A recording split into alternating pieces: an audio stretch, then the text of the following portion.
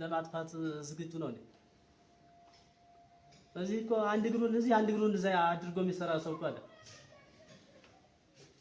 አለ ብዙ ነገር የምናውቀው ማለት ነው። እኛም እዚህ በመምጣታችን ደስተኛ የማይሆን አመራር አለ። ደስተኛ የሆነ ሰውም አለ አመራር ማለት ነው። ምክንያቱም ጥቅሙ እንዳይቋረጥበት እዚህ የምንመጣ ከሆነ እኛ ጉዱን ስለምናውቀው በተለያየ ነገር ለህይወታችንም ከባድ ነው። ቤተሰብም ተሳዷል።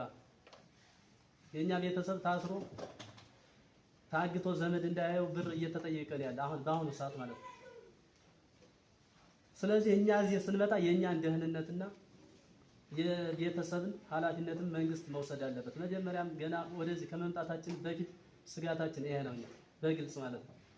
እኔ ትግሉ ጥሞኝ ወይም አማራን ነፃ አወጣለሁ ብዬ አይደለም እዚያ ስቆይ ማለት ነው። ይሄን 2 ዓመት ስቆይ አንደኛ ቤተሰብን መጠበቅ ስላለብኝ ነው እዚያ የቆየሁት። እዚህ ስመጣ ግን ቤተሰብ እንደሚሰቃዩ እንደሚገደሉ አውቃለሁ። እየተደረገ ነው፣ እየተያዙ ነው ያለ ቤተሰብ ማለት ነው።